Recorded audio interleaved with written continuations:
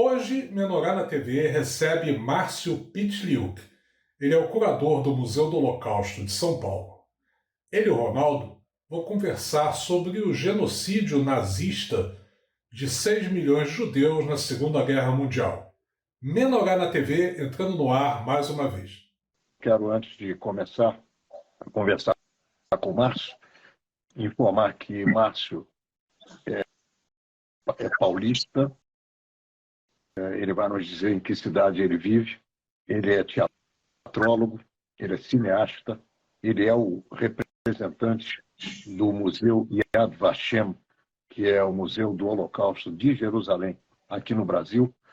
Ele é um dos mais renomados conhecedores da história do Holocausto, porque estuda isso há anos e anos a fio. Tem diversos livros publicados, mais de 18 livros publicados, se me falha a memória, 20 livros publicados, é também escritor. E é um prazer receber o Márcio Pitliuk aqui. Márcio, eu vou te fazer a primeira pergunta, como eu faço para todas as pessoas com quem eu converso.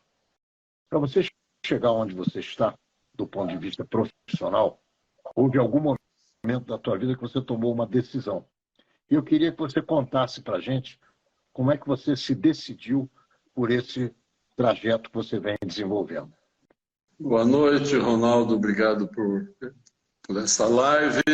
Como é que eu entrei nisso? Eu fui publicitário a vida inteira. Durante 35 anos eu fui publicitário. Tive a minha própria agência durante 25 anos. Até que um dia eu decidi documentar em livro e filme a Marcha da Vida, que é um evento mundial que leva pessoas do mundo inteiro para conhecer os campos nazistas na Polônia. Para fazer esse trabalho, eu comecei a estudar muito sobre o Holocausto, entrevistar muitos sobreviventes. Fiquei tão entusiasmado com isso que eu vendi minha agência de propaganda e passei a fazer um trabalho voluntário que é de divulgar o Holocausto.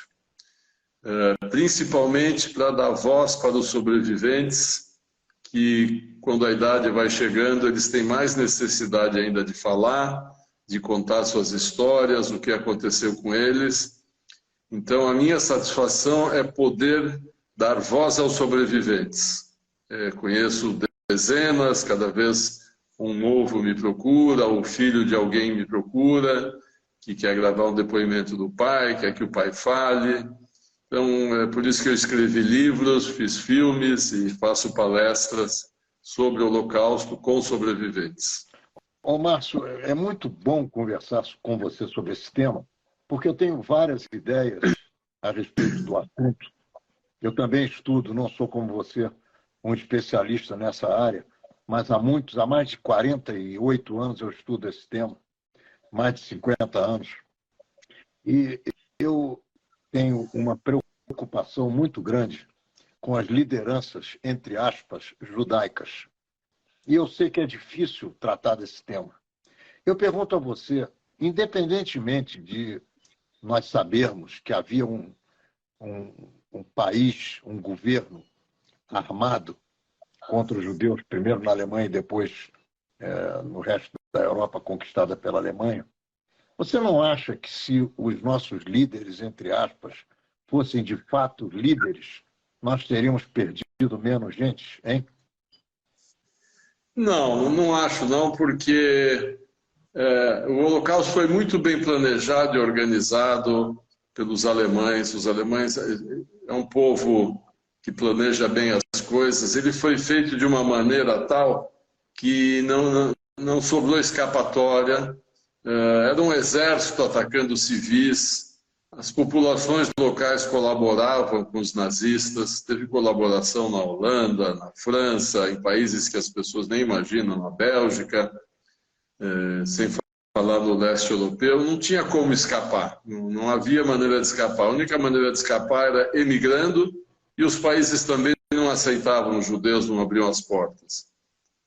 O antissemitismo é mundial, é uma praga mundial, e não tinha como escapar desse massacre nazista. Alguns conseguiram visto, alguns conseguiram virar partisãs, se esconder em florestas, ou na casa de alguns cristãos que esconderam judeus. nas minhas palestras, muitas vezes me perguntam por que os judeus se deixaram levar, ou por que não reagiram mais. Eu dou o seguinte exemplo. Há 30 anos atrás, ou há 30 anos no Brasil, a gente podia andar na rua sem medo, nossas casas não tinham muros, nossos carros não eram blindados, a gente não tinha portão em casa, coisas assim. Aos poucos, a gente foi se trancando em casa, depois levantando o muro, colocando cerca de arame farpado, contratando segurança privada, comprando carro blindado. Então, hoje nós estamos trancados, presos e os ladrões estão soltos. Por quê? Porque isso foi uma coisa lenta e gradual. A mesma coisa foi o Holocausto, ele foi lento e gradual. Quando os judeus perceberam, já não tinha mais saída. Como nós brasileiros, quando percebemos que os ladrões estão soltos e nós presos, já é tarde demais. Só uma revolução, só uma mudança radical vai inverter isso. É a mesma situação. Ô, Márcio, qual é o peso que você dá à igreja na construção de um antissemitismo de raiz com relação ao que aconteceu no Holocausto? Você acredita que a igreja tem parcela grande de responsabilidade? Eu estou falando da Igreja Católica Apostólica Romana, mas não descartaria também a Igreja do Martinho Lutero. A igreja teve grande participação no crescimento do antissemitismo, na construção do antissemitismo. Os judeus lembram que, principalmente no leste europeu, mas não só lá, em sermões os padres culpavam os judeus de terem matado Cristo, né? Culpavam os judeus de males do mundo, e isso inflamava as populações e aumentava o judaísmo. Isso é uma coisa que existiu, como existiu a Inquisição, que perseguiu os judeus na Península Ibérica e transformando eles em pessoas que tinham ou que se converter, ou serem expulsas, ou morrer na fogueira. Então, o antissemitismo vem sendo construído há milênios, né? Não é uma coisa nova, e não vejo que vai acabar tão cedo. O antissemitismo existe, né? E em alguns lugares mais, alguns lugares menos. A Europa, que é um continente onde tem muita guerra, onde o chauvinismo, o racismo é muito grande, ele acaba tendo acaba chegando no Holocausto, acaba chegando na agressão física, em ataques físicos. Qual é a sua percepção com relação à forma pela qual os judeus devem reagir ou agir em relação ao que você acabou de dizer aí? Pancadarias, perseguições, agressões físicas de outras naturezas. Como é que você imagina que os judeus devam reagir a isso? Olha, a gente tem que tentar educar o povo, a população, de que nós não somos esses demônios que nos pintam, isso é uma coisa. Agora, é muito difícil mudar, porque eu costumo falar também o seguinte, que o antissemitismo é uma coisa irracional, né? É um sentimento. É muito difícil você combater um sentimento de maneira racional, com argumentos. Se você perguntar para alguém por que ele não gosta do judeu, ele vai te dar argumentos emocionais, ou ele pode dizer, porque todos os judeus são ricos. Eu não sou rico, e eu sou judeu, então esse argumento não é válido. Então eles criam argumentos irracionais para justificar o antissemitismo. Por mais que a gente tente, como já tentaram, que os judeus ganharam 20%, 30% do prêmio Nobel do mundo. E daí? Isso não diminui o antissemitismo, né? Os judeus descobrem vacinas e descobriram Waze e criaram coisas boas para a humanidade. Isso não diminui o antissemitismo, é um sentimento, é muito difícil combater um sentimento. Nós temos que reagir, nós temos que lutar. Hoje, felizmente, nós temos Israel, que é um país para nos defender, é um país que nos suporta. Na época do Holocausto não existia Israel. Se existisse Israel, os judeus teriam saído da Europa e ido para lá, teriam escapado. Você considera, em algum nível, que os judeus devam ter capacidade de defesa física, tanto com arma de fogo, quanto em termos de artes marciais, e até outros tipos de convenções que possam reunir os judeus que podem se defender e defender o vizinho dentro desse aspecto mais ligado ao esforço físico do que a cultura, do que a tradição, do que a venda inteligente da história. Como é que você vê essa questão? Eu acho que a autodefesa é natural. Se alguém ataca uma pessoa, ela tem que se defender. Se ela se defende com arma branca ou arma de fogo, tanto faz. A autodefesa não é só dos judeus, é de qualquer um. Tem que se defender. Se vai ter um ataque, se defenda. Não pode se entregar. Não pode baixar a cabeça. Vou voltar para a primeira pergunta que eu te fiz. Na minha avaliação, independentemente do tipo de arrumação que os alemães fizeram contra os judeus, e aquilo ali, na minha opinião, é o que se chama na lei brasileira de latrocínio, matar para roubar, nada mais do que isso.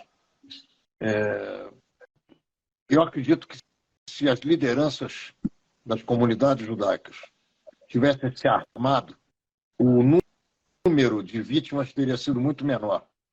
Quando eu digo se armado, é se armado para lutar mesmo, com aqueles que podem lutar. Você sabe melhor do que eu, que você estuda esse tema e faz palestras e conferências sobre isso, que muitos judeus não acreditavam, quando recebiam um ou outro fugitivo de um campo de concentração, do que o sujeito estava dizendo. E aí eu volto a dizer, a falta da liderança autêntica, verdadeira, séria, em que as pessoas confiem, levou os judeus a se entregarem com muito mais rapidez e a sofrerem muito mais do que poderiam ter sofrido se tivessem sido organizados para se defender. Isso é a minha opinião.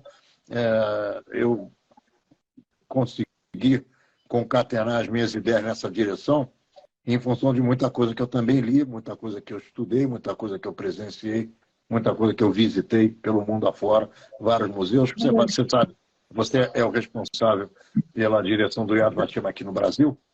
Você sabe que existem, eu não me lembro o local exato do Yad Vashem, mas existem,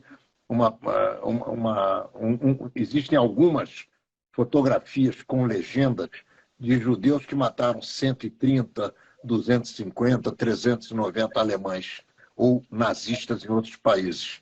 Se isso foi possível para cada judeu desse, imagina se isso tivesse sido organizado. Não é assim, Ronaldo, não foi assim. Vamos pegar o caso dos Einsatzgruppen, os grupos de extermínio nos países bálticos, por exemplo, né? O exército alemão dominava uma cidade, depois do exército alemão vinham os grupos de extermínio. Bom, a população já estava dominada. Era dada uma ordem para os judeus se apresentarem numa praça. Aquilo era um Shtetl, era uma pequena cidade no meio do nada, que não existia informação, sabia-se que podia acontecer algo, mas eram muito desinformados. Se reuniam numa praça. Quem não se reunia, os próprios vizinhos não judeus denunciavam a pessoa e era levada a pontapés para a praça. Da praça eles eram levados para as florestas, onde já estava todo mundo apavorado sobre a mira de armas, desarmados, os pais tentando salvar os filhos, as mulheres, então pensando, se eu fizer o que me mandarem, nós vamos tentar melhorar a situação. Porque ninguém sabia, era um pavor total, você está sob mira da arma, é um pavor total. O que eles faziam? Eles matavam primeiro os homens para não ter reação. Aí ficavam as mulheres com as crianças no colo berrando, e eles iam matando uma por uma. Não tinha como não tinha liderança, não tinha como a liderança fazer isso. Vamos pegar o caso de Paris. Quando os alemães deram ordens para os franceses entregarem os judeus para irem para Auschwitz, o próprio governo francês se encarregou disso, colocou a gendarmerie, a polícia francesa, para caçar os judeus, colocar no velódromo lá em Paris. Lá ficaram trancados por dia, sem água, sem comida. Não tem liderança, não tem como reagir. Você está cercado por um exército, está cercado por armas, não tem como reagir. Então, isso aí não é correto dizer, porque não é possível. Assim como As pessoas não acreditavam que isso era possível, porque isso se tivesse acontecido antes, eles podiam pensar, opa, está acontecendo de novo. Nunca tinha acontecido. Ninguém imaginava que os alemães tinham montado uma máquina de extermínio. Não passava pela cabeça. A comunicação era difícil. As pessoas, tirando uma pequena elite, todo mundo era carente. Não tem. Se amanhã cercarem, escuta, gente, amanhã cercarem Ipanema e começarem a arrancar do prédio as pessoas, não vai ter uma reação. As pessoas ficam apavoradas. Quem reage toma um tiro na hora. O que você pensa? Opa, deixa eu ficar quieto para ver se eu escapo. Porque eles pensavam assim. Essa é a nossa dúvida. Eu não sigo o teu raciocínio, eu tenho um raciocínio um pouco diferente disso, e é ótimo, porque a gente debatendo, a gente chega ao lugar. Eu defendo a ideia de que cada judeu tem que ter uma arma em casa e tem que ir a um clube de tiro e aprender a atirar. Essa é a minha opinião. Mas vamos em frente. Você acabou de falar do cerco a Ipanema. Você sabe que esses dias, um cidadão, que eu não vou repetir o nome dele... Só um parênteses. Eu vou falar o contrário. Por que nós, cidadãos honestos, de bem, não nos revoltamos contra os bandidos e fazemos eles ficarem trancados na cadeia, em vez de nós ficarmos trancados, eles soltos? Por que a gente não faz isso? Por que a gente deixa... Quantos bandidos devem ter aí? 500 mil dominando 220 milhões de pessoas? Como é que a gente permite isso? Por que a gente não fala, peraí, eles são 500 mil, nós somos 220 milhões. Por que nós estamos presos, eles soltos? Vamos prender todos. Vamos buscar um por um e prender. Quando a gente vê alguém sendo assaltado na rua, vamos atacar essa pessoa para salvá-la e vamos prender o bandido. Por que a gente não faz isso? Você não deixa de ter razão, mas eu também não deixo de ter razão. A pergunta que eu te faço é a seguinte: você acredita que as comunidades judaicas, principalmente no Brasil, estão organizadas de forma a conseguirem se manter defendidas? Ou você também diria que se amanhã houvesse qualquer problema aqui, nós estaríamos enrascados por falta de organização, por falta de tato? Não dá para fazer essa previsão. Não dá para fazer essa previsão. Nós estamos numa situação de paz, nós não temos esse perigo iminente, tem o Estado de Israel, não dá para fazer essa análise. Você acredita que o Yad Vashem, e eu não sei se isso já é feito, eu te confesso a minha ignorância, mas talvez você possa me esclarecer, e a todos nós, você acredita que o Yad Vashem deva ser um museu itinerante pelo mundo? Não, ele não tem condições físicas e financeiras de fazer isso. Cada lugar tem o seu museu. São Paulo tem o Memorial do Holocausto, do qual eu sou curador, Curitiba tem um, agora o Rio de Janeiro está fazendo um, as grandes capitais do mundo têm. Não tem como fazer isso rodar o mundo. Seria financeiramente inviável e desnecessário. Eu acho que as grandes capitais têm. As palestras fazem esse trabalho, filmes, livros. Eu acho que o Holocausto é muito bem divulgado, é muito bem falado, muito bem apresentado. É o tema que mais gerou livros e filmes no mundo. E é provavelmente o tema que mais gerou Oscars. Se a gente fizer um levantamento dos Oscars por categoria, ganhou mais que Faroeste, mais que filme de gangster. O Holocausto é o mais premiado de todos. Ô, Márcio, os sobreviventes do Holocausto, dentro de 10 anos, provavelmente não existirão mais. Como é que você imagina que esse assunto deva ser tratado? Você acredita que todos nós somos sobreviventes? Você imagina que nós possamos, aqueles que querem se envolver com a causa, com esse tema, que nós possamos dizer que nós somos sobreviventes, porque somos os descendentes desses sobreviventes, que caso tivessem sido assassinados, nós não estaríamos por aqui? Todos são sobreviventes a partir do momento em que o nazismo foi derrotado. Se o nazismo tivesse ganho, quem não era ariano seria escravizado. Então, todos somos sobreviventes, não só os judeus. Eles teriam assassinado depois dos judeus os eslavos, dentro da pirâmide eugênica que o nazismo criou. Os nazistas estariam no topo dessa pirâmide, né, os arianos, e ia para baixo, iam ter os escravos, quem ia servir para eles. Então, sobreviventes somos todos. A maneira de preservar a memória é essa, através de livros e filmes, gravando depoimentos. Eu tenho mais de 40 depoimentos gravados de sobreviventes, mais ainda. Cada país faz esse trabalho e as pessoas vão ter que estudar o assunto, como estudaram sobre a Inquisição, como estudaram sobre os pogroms, como estudaram sobre a guerra na Croácia e na Sérvia. É através da educação. Educação é a base de tudo. Temos que sempre educar a população do que foi esse crime, que foi mais bárbaro do que já existiu na história da humanidade. Qual é a tua opinião sobre a ida das escolas municipais, estaduais e universidades aos museus do Holocausto pelo mundo afora? Principalmente em São Paulo, agora no Rio de Janeiro, nós vamos ter o Memorial do Holocausto funcionando em muito breve. Aliás, um trabalho espetacular. Aqui no Rio fizeram um trabalho muito interessante. E a pergunta é essa: como trazer alunos das escolas municipais, estaduais, federais, universitários para debates, para presença de filmes, para dentro do Museu do Holocausto e até para conversas com sobreviventes que em determinados países já estão sendo realizados através de hologramas. Você sabe disso? Sim. Então, eu acho isso um trabalho excelente, acho fundamental. Aqui no Memorial do Holocausto de São Paulo, a gente faz isso há alguns anos. Eu falei com um grupo de escolas estaduais, né, escolas públicas. A gente manda um ônibus buscar os alunos, eles visitam o museu, tem visita guiada, fala-se do que é. Muitas dessas visitas têm a presença de um sobrevivente que conversa com os alunos. Eu acho que isso é um trabalho feito também em Curitiba, provavelmente vai ser feito no Rio de Janeiro. Quanto mais educar, melhor. As palestras também são muito importantes. Eu, em geral, quando eu sou convidado por uma escola, por uma faculdade para dar palestra, eu levo um sobrevivente comigo.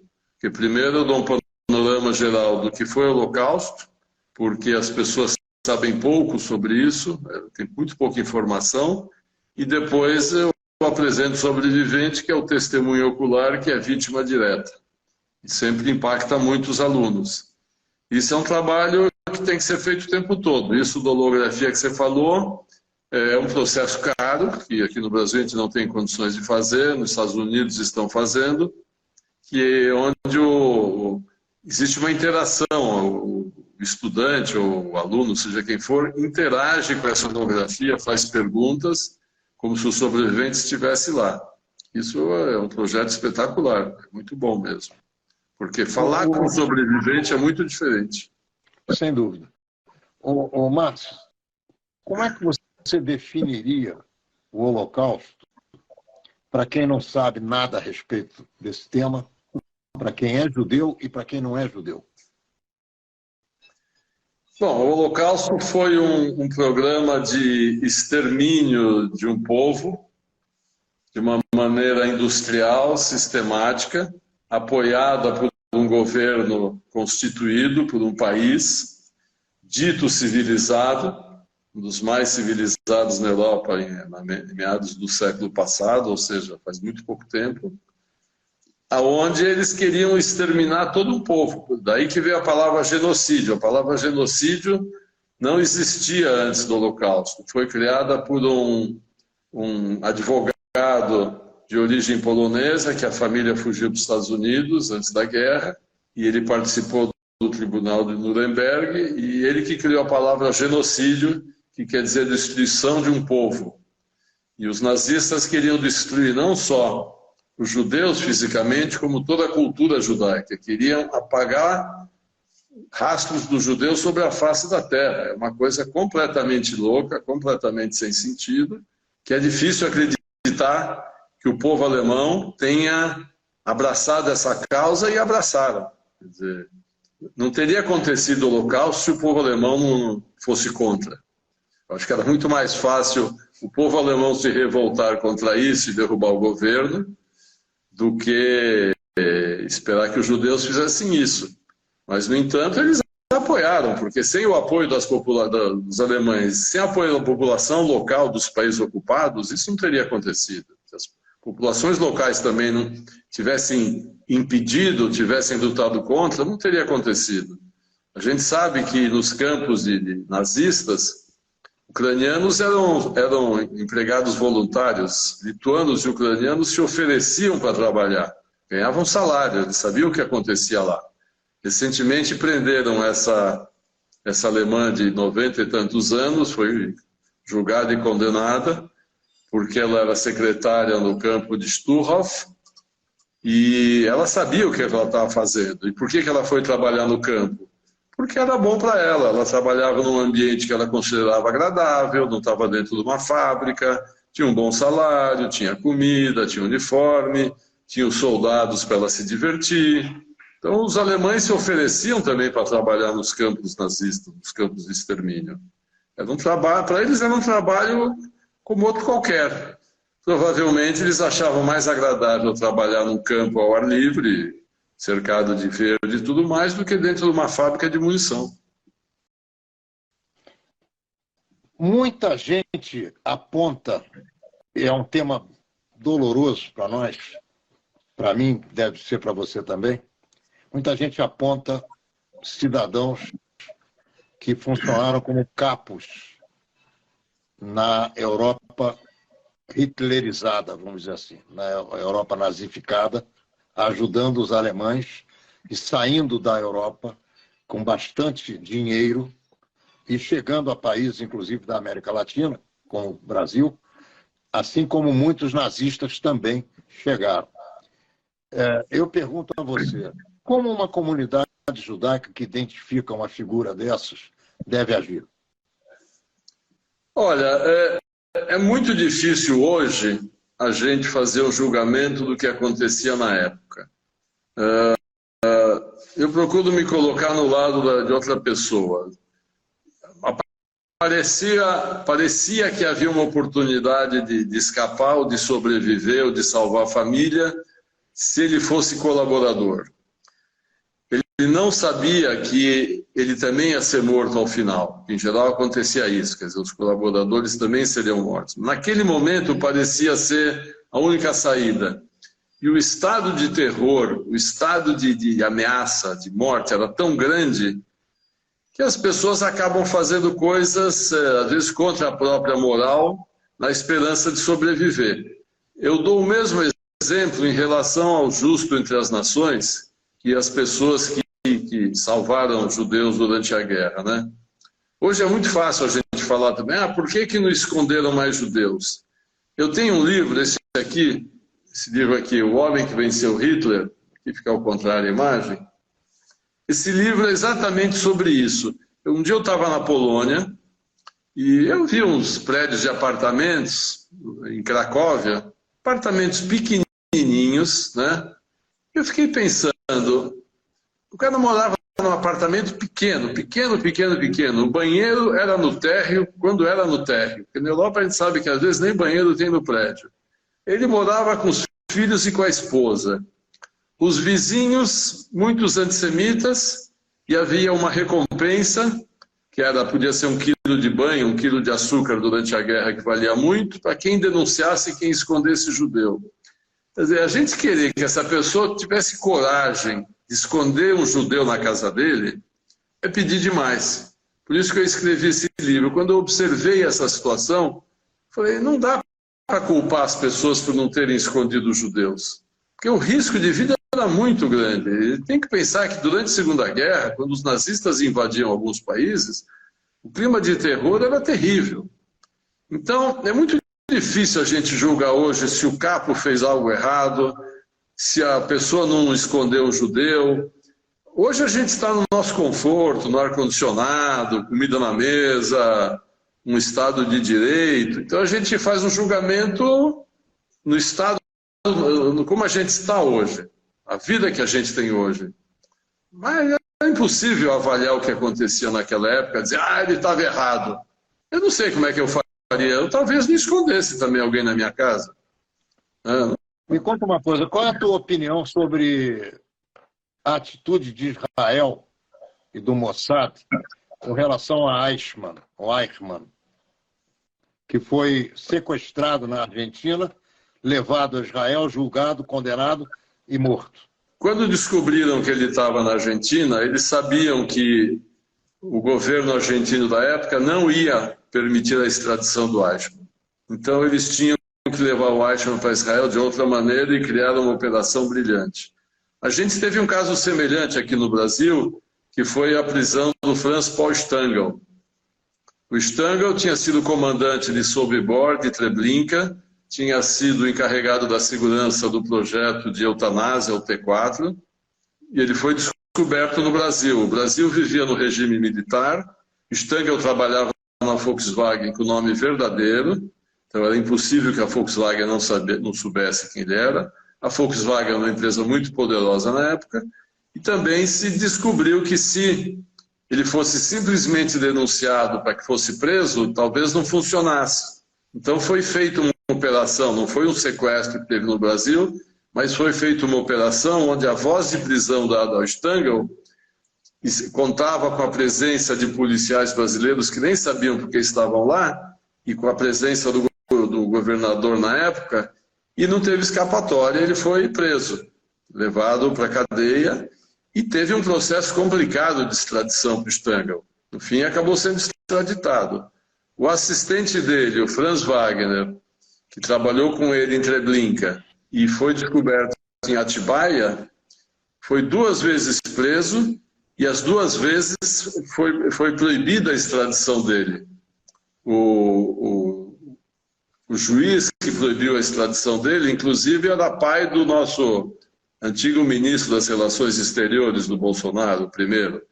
Ele não permitiu a extradição do Franz Wagner. E o Franz Wagner se suicidou com uma facada no peito no Brasil, o que é uma coisa bem difícil de acontecer. Então, ou foi queima de arquivo, ou foi um suicídio maluco. Um cara dar uma facada no peito, deve ser difícil isso. Então, o Mossad fez certo. Como também o caso do Herbert Chukurs. O Herbert Chukurs era um letão, né? Ele tinha sido piloto da Primeira Guerra Mundial na Letônia, condecorado, um herói nacional. Quando os nazistas invadiram a Letônia, o Chukurs se associou aos nazistas e ajudou na captura e na morte de judeus, fugiu para o Brasil. Ele tinha um hidroavião aqui na represa de Guarapiranga, descobriram ele no Brasil, também sabiam que não ia ser fácil a extradição. O Mossad montou uma operação para que ele fosse para Montevidéu, com a história de que tinha um aviãozinho para vender, e lá o Mossad matou ele. Então, tem várias histórias do Mossad assim. Eu acho que é olho por olho, dente por dente. O neonazismo. Eu não considero que exista neonazismo. Eu acho que o nazismo sempre foi igual, sempre será a mesma coisa.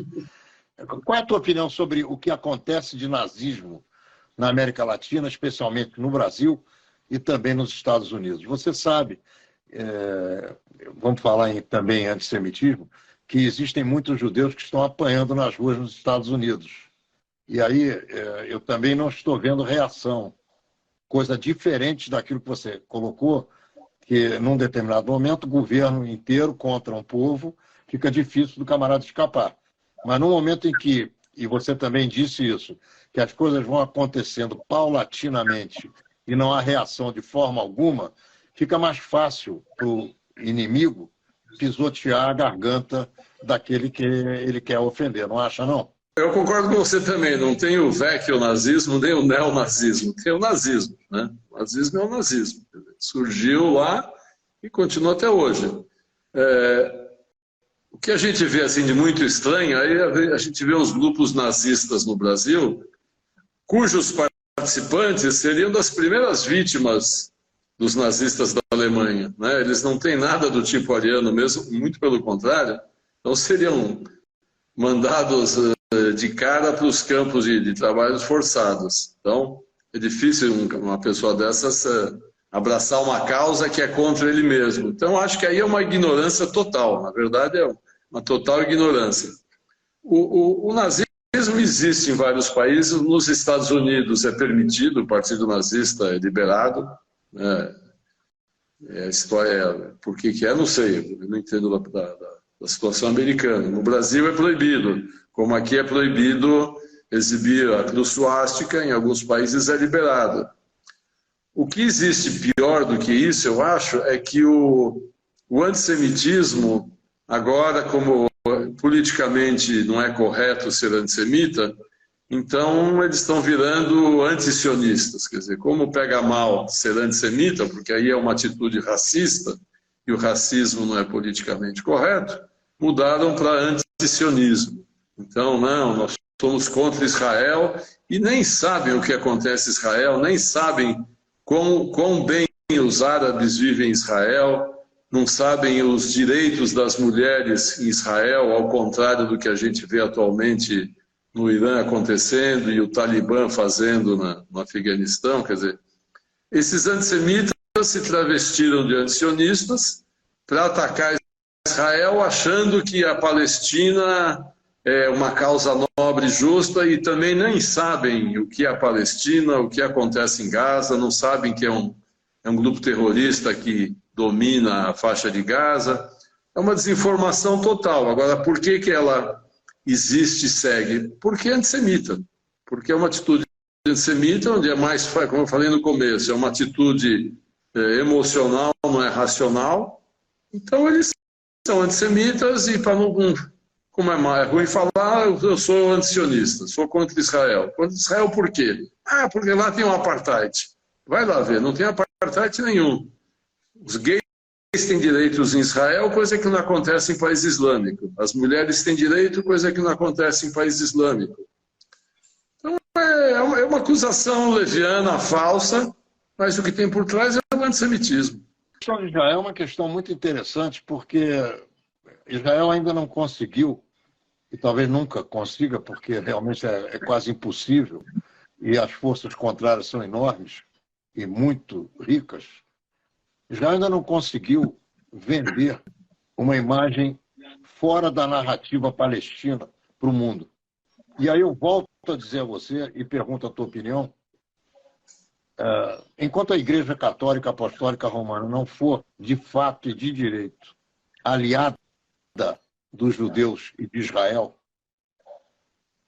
fica muito difícil nós judeus no Brasil, rompermos a barreira do antissemitismo e o Estado de Israel romper a barreira do antisionismo. Qual é a tua opinião a respeito? Eu acho que a Igreja Católica hoje não tem mais essa posição, ela não tem nada contra Israel, ela não tem nada contra os judeus, não existe mais uma campanha antissemita dentro da Igreja, não existe. A preocupação deles hoje é outra. Márcio, eu não falei disso, eu falei da Igreja como aliada. Eu acho que hoje ela é uma aliada de Israel, ela sabe que precisa ser aliada de Israel, não existe uma posição antagônica. O que existe por trás sempre é que existe o antissemitismo. Então Israel é um país de judeus, e os antissemitas não admitem isso. Tudo se resume ao antissemitismo. Eu não quero insistir nessa questão, não, mas eu sou obrigado. Você falou logo no começo da nossa conversa de que a Igreja dizia que o sangue de Jesus tem que recair sobre a cabeça de todos os judeus.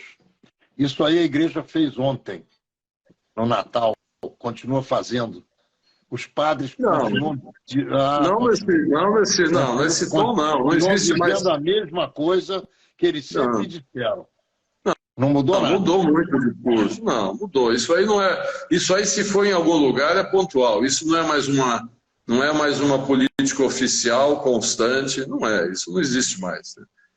Nunca mais... Mas você conhece a política oficial ao contrário disso? Algum padre dizer o seguinte: olha, nós falamos isso aqui durante anos e anos de forma equivocada. Agora nós queremos dizer que os judeus são nossos irmãos, são pessoas iguais a qualquer outra. O Vaticano já adota essa política, já adota esse discurso, já fez esses meia-culpas. Sim, sim. O Vaticano já fez o meia-culpa. Você acha que o que o Vaticano diz lá em cima chega aqui na base com a mesma força. Veja bem, se o padre de uma paróquia pequenininha é uma coisa, agora a política oficial é outra. A política oficial é de paz e de cooperação. Agora, se um ou outro quer ir contra, a culpa não é do Vaticano. A coisa vem lá de cima, tem milhões de padres no mundo. Eu continuo dizendo que a culpa é do Vaticano, sim, mas não tem problema. Olha aqui, nós estamos chegando ao final da nossa conversa. Eu quero deixar você livre para você dizer o que você quiser sobre coisas que eu não te perguntei, que devem ser muitas, mas a palavra é sua e você tem tempo suficiente para dizer tudo que você quiser dizer.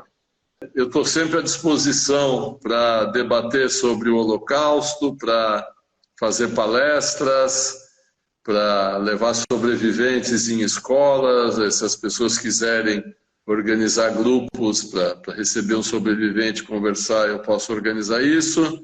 E gostaria de divulgar meus 2 livros, romances que eu tenho no Brasil. Um é O Homem que Venceu Hitler, como eu disse, é sobre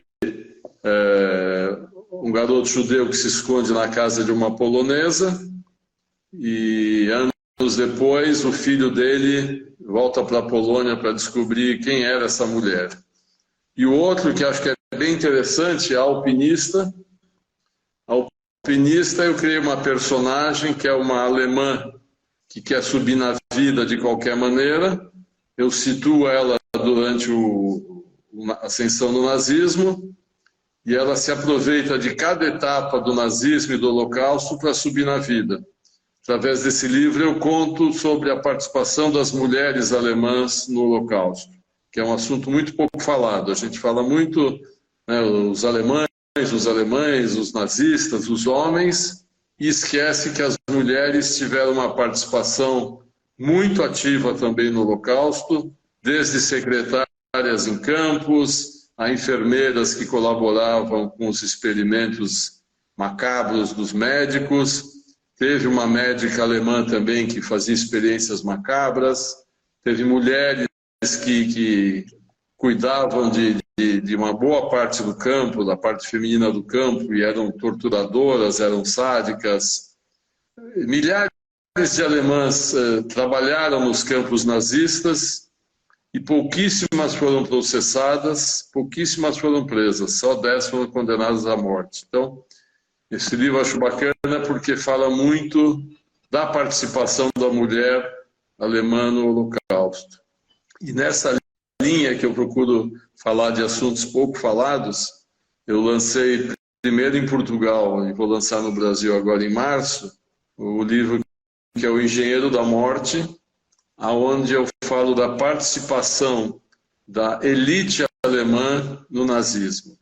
O Holocausto só pôde acontecer porque a elite alemã colaborou. Quando eu falo elite alemã, são os industriais, né? São os bancos, engenheiros, porque para construir um campo de concentração que recebia 50 mil pessoas, 20 mil pessoas, o Auschwitz, que era muito mais, precisava de engenheiros e arquitetos para fazer aquilo. Então, as pessoas têm uma noção errada, acham que o Holocausto era um bando de soldados que saíam atirando nos judeus que encontravam pela frente. Não foi nada disso, foi um projeto industrial, organizado, planejado, aonde o soldado era o último elo da corrente. O soldado organizava a fila das pessoas que entravam na câmara de gás. Para construir a câmara de gás era preciso um engenheiro, para fazer o gás Zyklon B que matava os judeus precisava de um engenheiro químico, ou seja, eram universitários, pessoas formadas nas melhores universidades da Alemanha, que participaram e perpetraram o Holocausto. Então, o que eu gosto muito desse livro Engenheiro da Morte é porque mostra bem esse lado, a participação da elite no Holocausto.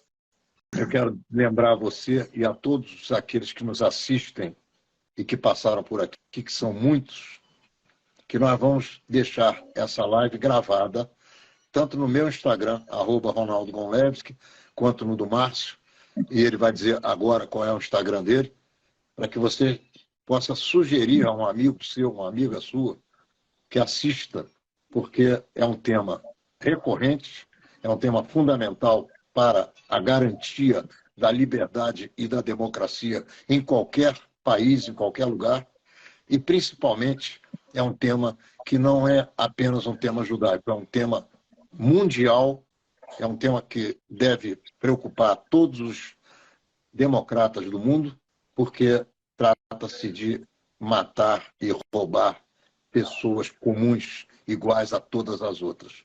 Márcio, querido, um beijo na tua testa. Muito obrigado por esse teu tempo.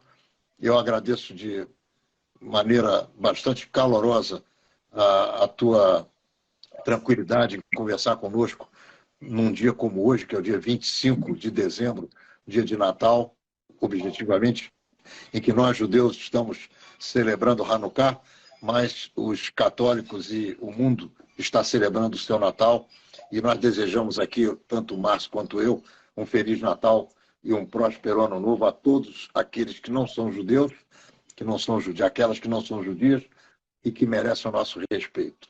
A palavra é sua para as tuas despedidas e as tuas considerações finais. Eu quero mais uma vez agradecer a você o carinho de ter nos atendido. Eu que agradeço a você por essa live, a tua disponibilidade, o carinho também para ter aberto espaço para mim. Quem quiser me acompanhar é Márcio Pitliuk, que é difícil de falar, como... Mas a gente pode escrever aqui. Né? Márcio Pitliuk no meu Face, no meu Instagram, podem entrar em contato, quem quiser palestra, quem quiser saber mais alguma coisa, estou à disposição e agradeço muito. Quanto mais a gente divulgar esse assunto, melhor para todos nós, judeus e não judeus, porque um genocídio nunca mais pode acontecer, apesar de a gente saber que volta e meia, em alguns lugares, são tentados fazer genocídios de novo. Muito obrigado, Ronaldo.